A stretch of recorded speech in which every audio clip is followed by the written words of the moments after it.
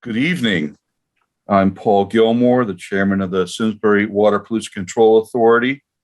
This is our regular monthly meeting. It's Thursday, March 10th, 2022 at 7 p.m. And we do have a quorum this evening, which is good.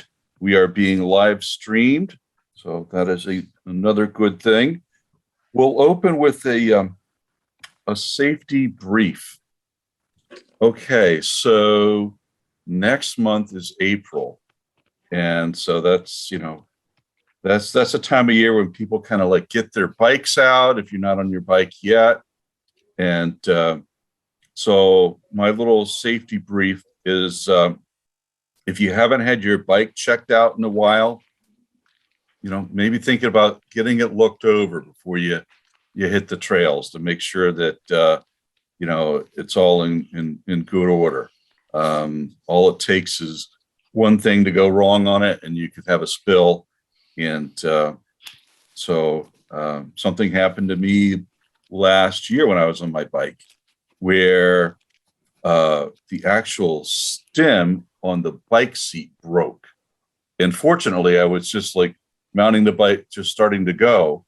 But if that had happened at its considerable speed, it could have been really pretty serious. So getting a bike checked out, every couple of years or so is a good thing. All right. Item number 2, sewer use fees for fiscal year 2022-23, discussion and possibly set public hearing date. All right. Who wants to remark on this? Okay, I think I'll take this one, Paul.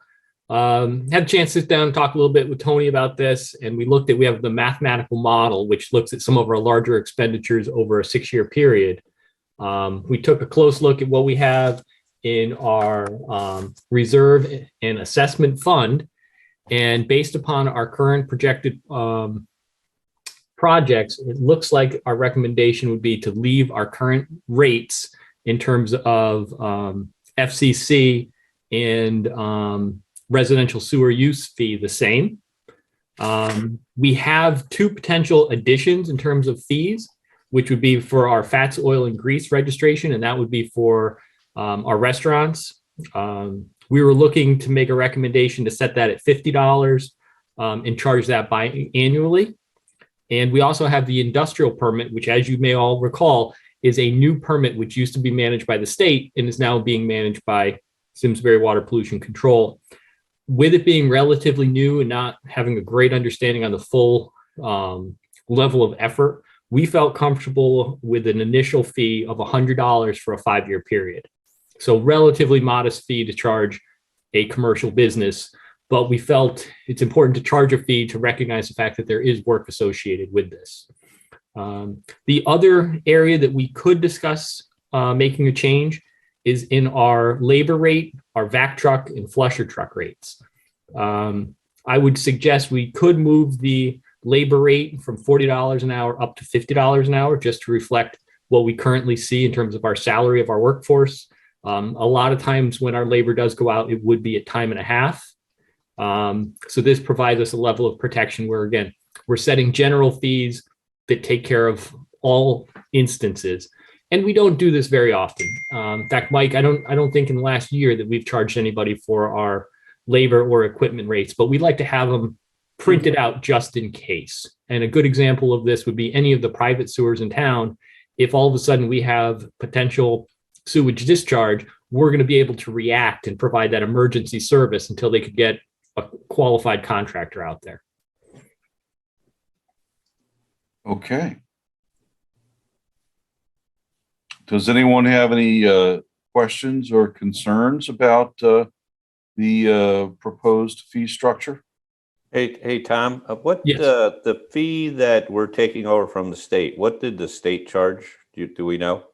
Question. It's a great question. To be honest, I don't know. Mike, are you familiar with that by any chance? I had a number at one point, but I haven't looked at it in a long time, so I'm not really sure. I'm not even going to comment because I'm not sure. Okay, so just, I doubt it would be sticker shock, but I can't imagine the state charging substantially less than that. So, but it might be just something worth double checking. Yeah. Oh, go ahead.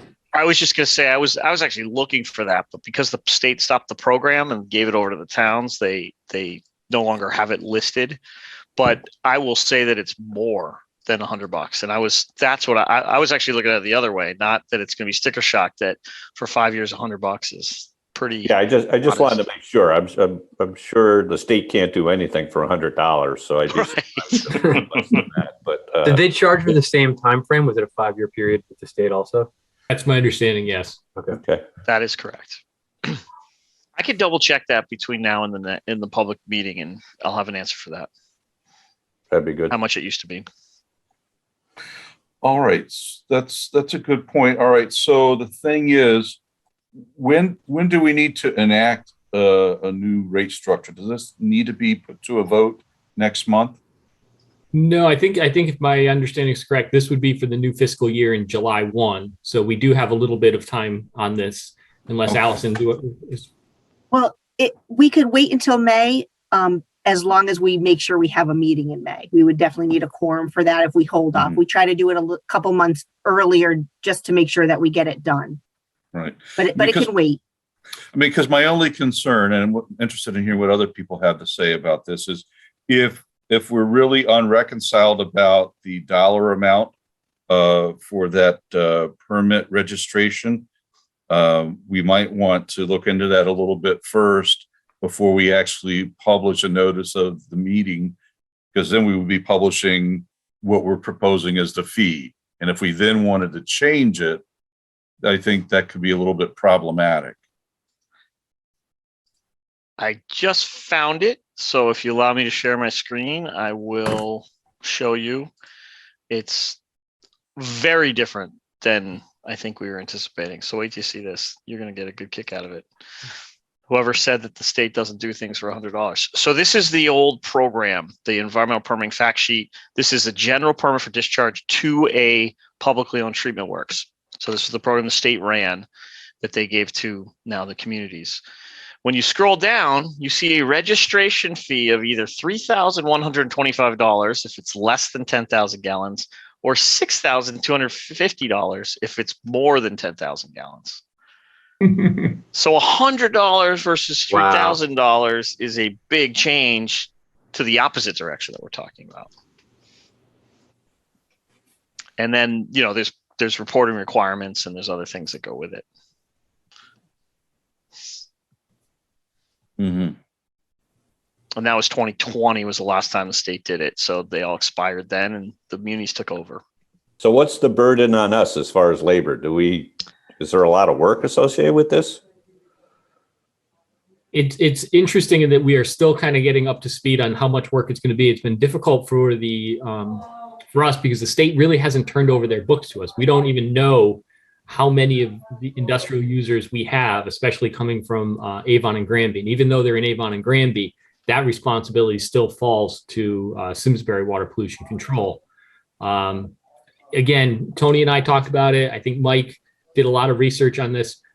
Our feelings is that it's generally going to be some paperwork and some processing.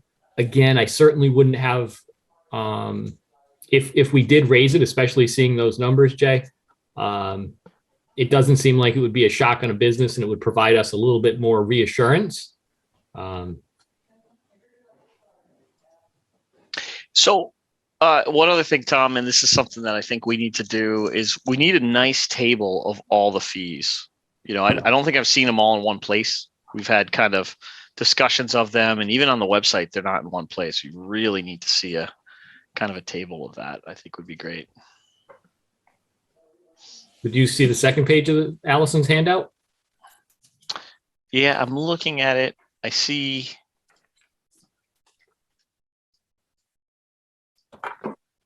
The second page. I see a budget.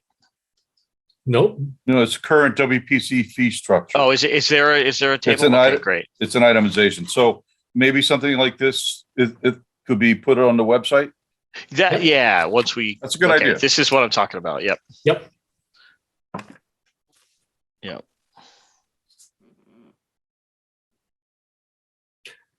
Taking this information in, I think if I hear correctly, Would it be appropriate that we, Tony, myself, Mike, we can do a little looking and dig a little deeper, and we could send out a notice to the board if we, with what we feel is a good range of fee, or we could push this back a month and discuss this further next month, just making sure that we keep in mind that we have to have a final decision before May. Okay, so Well, quick question of order, if you will. Are we allowed to make adjustments during the public meeting, or do we have to publish it and that's the end of the? I think we have to publish what is going to be the charge. Okay. Otherwise, there could be a notice problem with respect to that, because people will see, okay, this is a prospective charge, and if they don't find it objectionable, they're not going to show. So for us to then just change it, I don't think we can do that. I think we'd have to have a new hearing. Makes sense. Yeah, I think at a bare minimum, it doesn't look clean and transparent. So. Right. So, I mean, my druthers would be just to defer it a month. I don't know if we could just send out one of those notices amongst the board, because, you know, is that kind of a sharing, kind of like a meeting? That I don't know. I mean, because it's almost like soliciting feedback from the board outside of the context of a meeting. So I'm a little bit unreconciled about doing that. And since we do have the time, we just have to make sure that we meet in May. You know, unless anyone feels strongly otherwise, I'd rather just kick this out a month. Yeah, I think given the extreme discrepancy in the pricing, it's worth looking into more. Okay. Yeah, and I think it might be a good idea if we figure out what our labor is going to be associated with this, so we know whether the fee we're charging recovers our costs or not. Right. I would just agree that that's very practical. There are some communities that felt they needed to hire another person to manage this program. It depends on how many, industrial uses they have in town. But there were others that felt they were going to go out for engineering support during those same conversations. So it really does matter. No, that seems fine. And even if we had to, worst case, if something came up in May, we could do a special meeting specific to this. I mean, I think we have the flexibility and certainly makes sense to do a little more investigation. All right. So then we'll defer further discussion of this until next month, and then move to item number 3, Farmington River Watershed request to use WPCF Lab. Who wishes to remark on this? I think I'm still up on that one. A number of years back, we had opened up the lab to have folks from Farmington River Watershed run some samples. I think over time, as I understand it, that they used the lab more and more. So they were using the lab 4 days a week. And when COVID hit, we didn't feel comfortable with that. So for the past 2 years, we've not allowed them. They've now come back and requested again permission to use our lab. I think we don't have a substantial issue with that, but we would want to make some provisions. And the recommendations would be that we would clearly state some of our requirements, that they would limit it to 2 persons on any given day. It would be between June and September, no more than 3 to 4 days a week. We would have to do the appropriate insurance and hold harmless agreements. We would not be sharing equipment, but we were looking to have an agreement that if either of our equipment went down, if we had complementary equipment, we would help one another while we were waiting for a replacement. And then I also thought it was important for a small ask on the board's part of Farmington River Watershed for some level of promotion or public acknowledgement that the WPCA is doing this to help the Farmington River Watershed. In a way, Farmington River Watershed is in there to make sure we're doing our jobs correctly. And I just think, we've offered up this, we've helped them out. And I think for all of the work that you do, they could hopefully reciprocate with some level of acknowledgement, either on their website or in some other way. Okay, so I gather is this use gratis? Yes. Okay. And to enter our lab, does somebody have to be vaccinated? That would be a requirement that we could ask. We don't have a requirement for town staff. We don't have a requirement that all of our employees are vaccinated. And similarly, coming into the building, we do have people that are outside vendors that we do not know their vaccination status.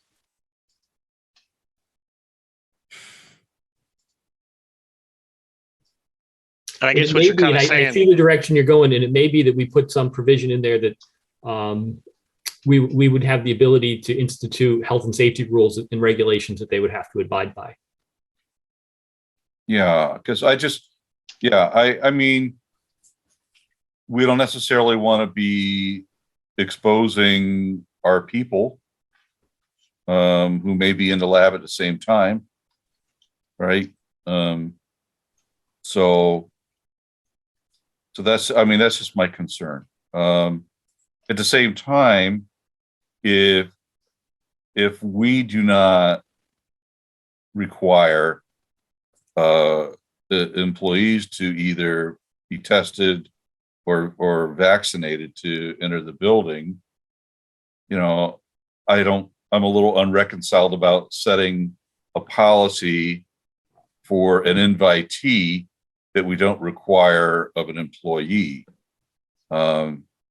So I'd be interested in what others might think about that. I think maybe perhaps wisdom might counsel just in favor of saying that we do have the right to impose or to set rules or policies that are related to health and safety for anyone who will be using the lab. And that way, you know, we can ponder this a bit, but let them know that, we control access and want to make sure that every use of it is safe. What does anybody else want to remark on that? Have any thoughts that they want to share? just my 2 cents, I think it's really smart to have some type of agreement because there's certainly liability. I mean, the town has coverage of people visiting town facilities, but in a laboratory, you're subject to some corrosive or some different elements that are not like town hall. So, to have insurance coverages makes a lot of sense, and for them to have some level of insurance. Okay. All right. So, Tom, were you planning on having legal counsel draw up the access agreement? Keeping Bobby D busy. Okay. Fair enough. Does anybody else wish to remark on this? All right. Are you looking? Would this be during normal working hours, Yes. off shift, or? Okay, and we don't have an issue with the lab being too crowded with a bunch of people running around in there? One of the things, I mean, it has not been an issue in the past, but one of the things I just put in my notes to make sure we put in the agreement is must avoid impacting our operations. Okay. Could they go on a second shift to do I their work? wouldn't be comfortable with that. We don't want anybody in the building when we're not there. Okay, so we wouldn't have anybody there, so that wouldn't work. Okay, I just assumed we might have somebody there. Okay. Okay. We just All need right. a bigger lab, that's all, right? Are you looking for a motion and a vote subject to satisfactory agreement as drafted and approved by council to the authority? I think a motion would be helpful because again, I think this is really ultimately your decision. Okay. So does anyone want to make a motion to approve the request for access subject to entering into an agreement that is satisfactory in all respects to legal counsel to the Simsbury Water Pollution Control Authority, and that is signed by and binding upon the Farmington River watershed. So moved. Anyone Second. here to second? Any discussion? All right, let's put it to a vote by raising your hand and saying aye if you're in favor. Aye. Aye. Aye. Any nays? The motion carries unanimously. Thank you. Moving on to item number 4, status report on sewer extension projects, etc. Who wishes to remark on this?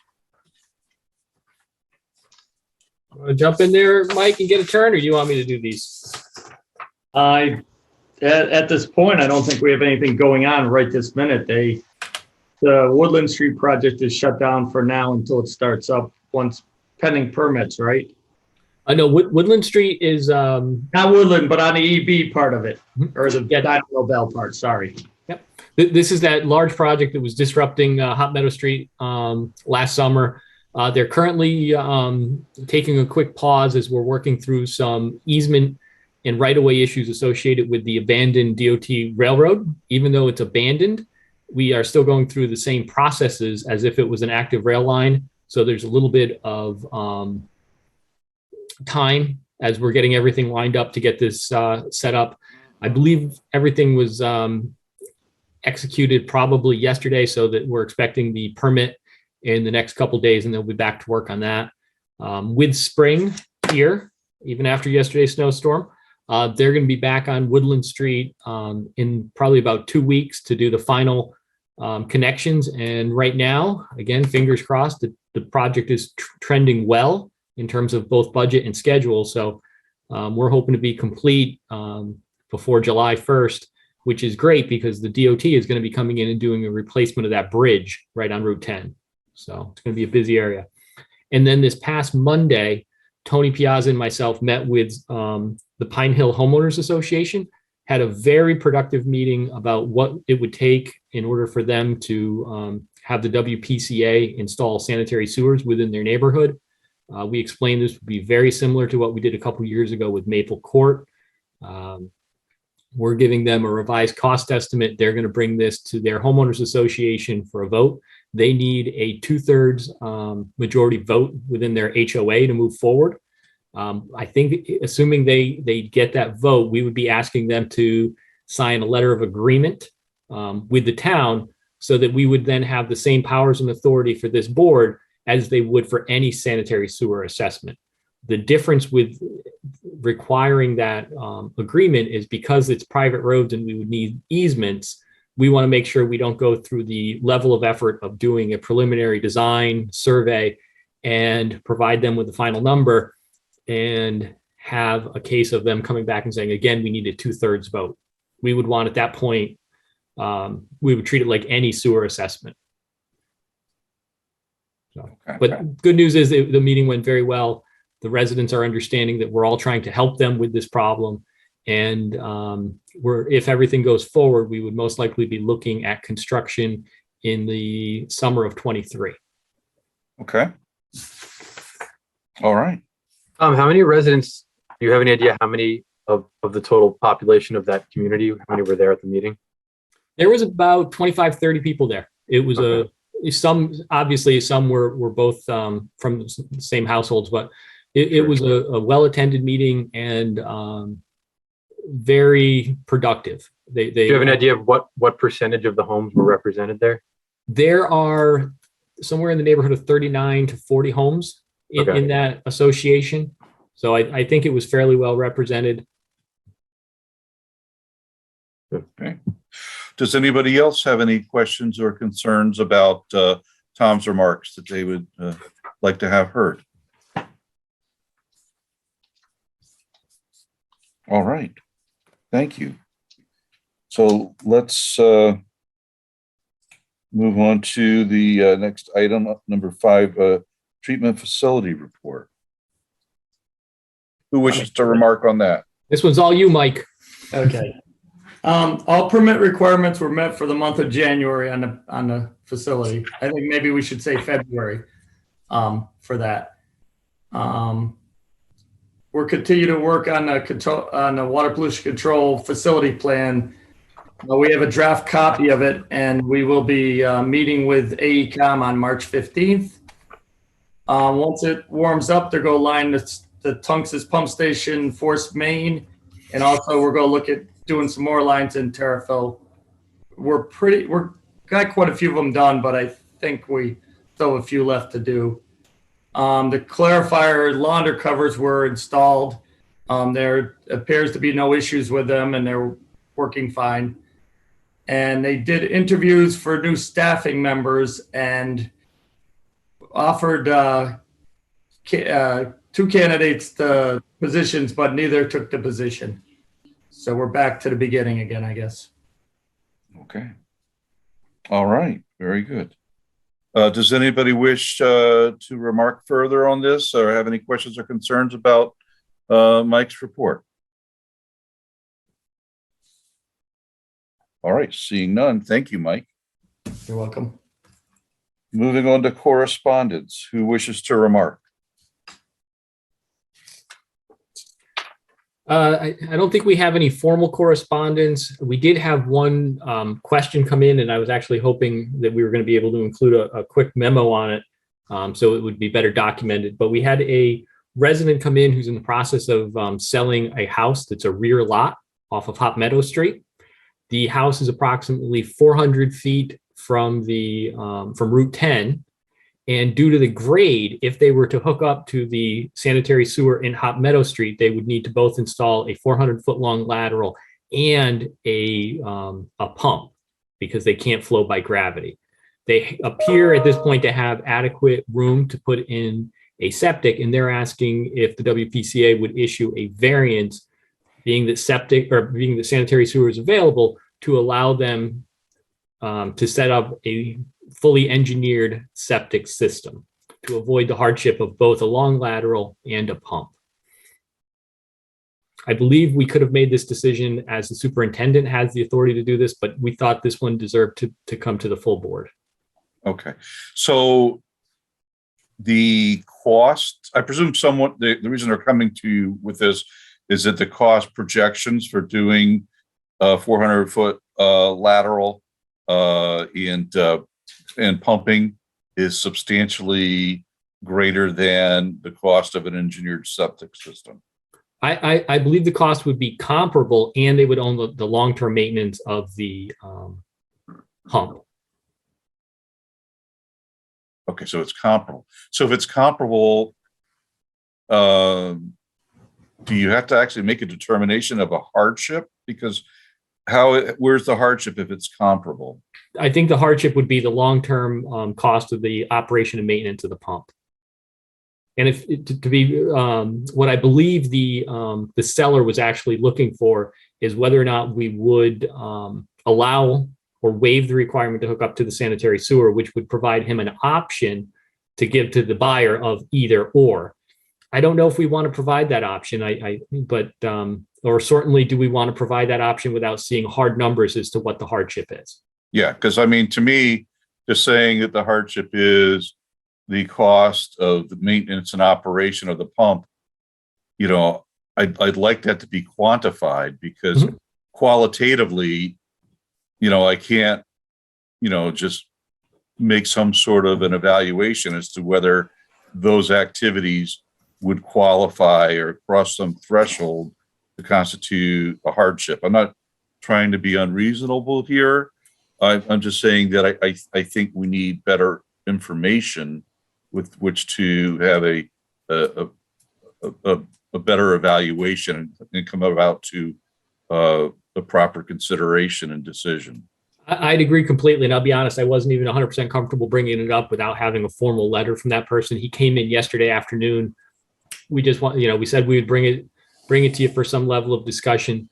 But to me, it's a policy level issue of at what point are we going to say we're going to forego having a home connect up to the sanitary sewer, which we know ultimately is the best way to treat the wastewater from the home in terms of environmental impact. So Does Are we anybody else? allowed to give, we allowed to do this, or because they're within the sewer district, they have to go with sewers? Are we allowed to give them exceptions? In talking to Tony, he felt we were allowed to give exceptions for a hardship, but as a matter of course, if you have the ability to connect to the sanitary sewer, Farmington Valley Health is not going to give you a permit for a new septic system. Right. So our regulations do allow for hardship.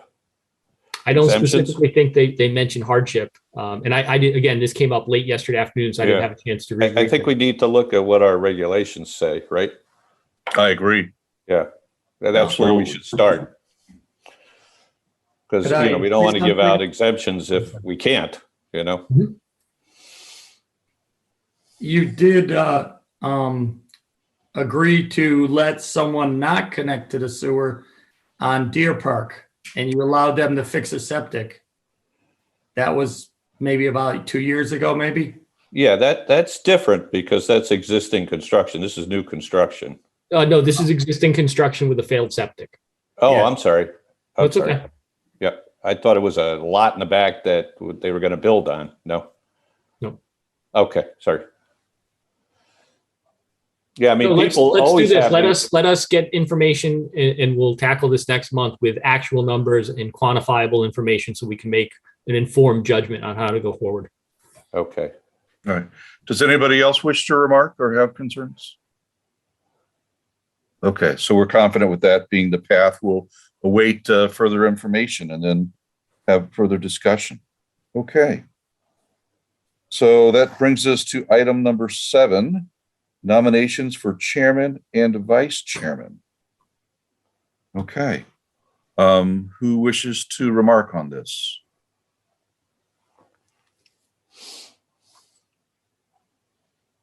I mean, I didn't know that actually until I saw this agenda that these offices were up for reappointment.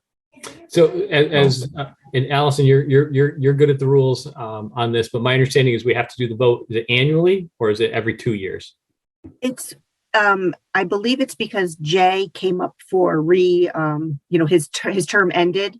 And so because of that, and he is vice chair, then both come up for reelection Okay. and need nominations. Okay. Even if they stay the same, you Okay. just need to vote that way. Okay.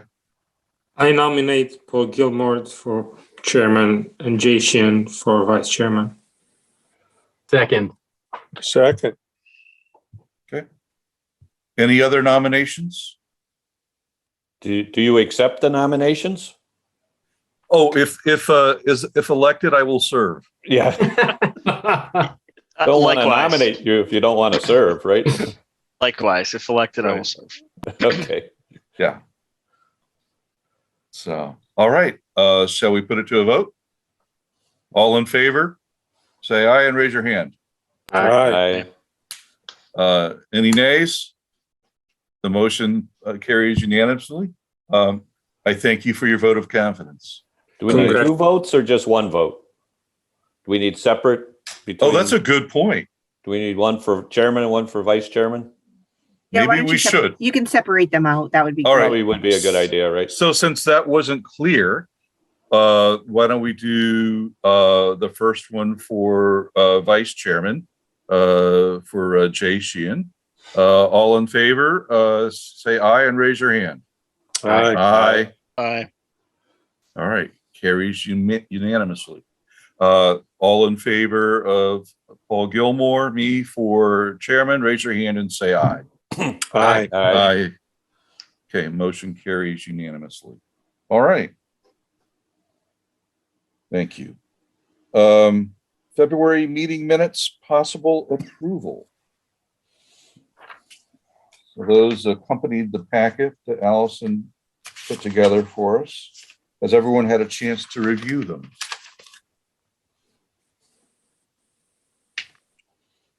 And if so, does anyone have any comments or questions about those minutes?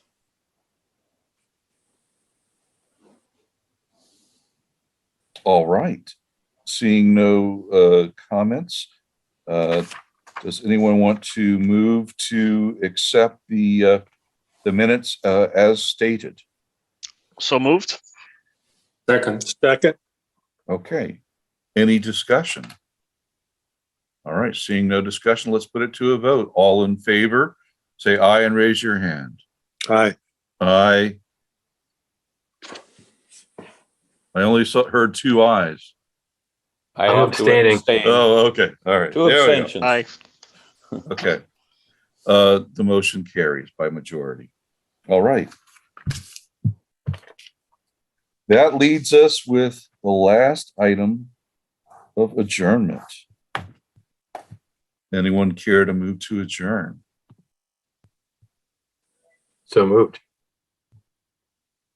Any second? Second. Does anyone want to discuss said adjournment?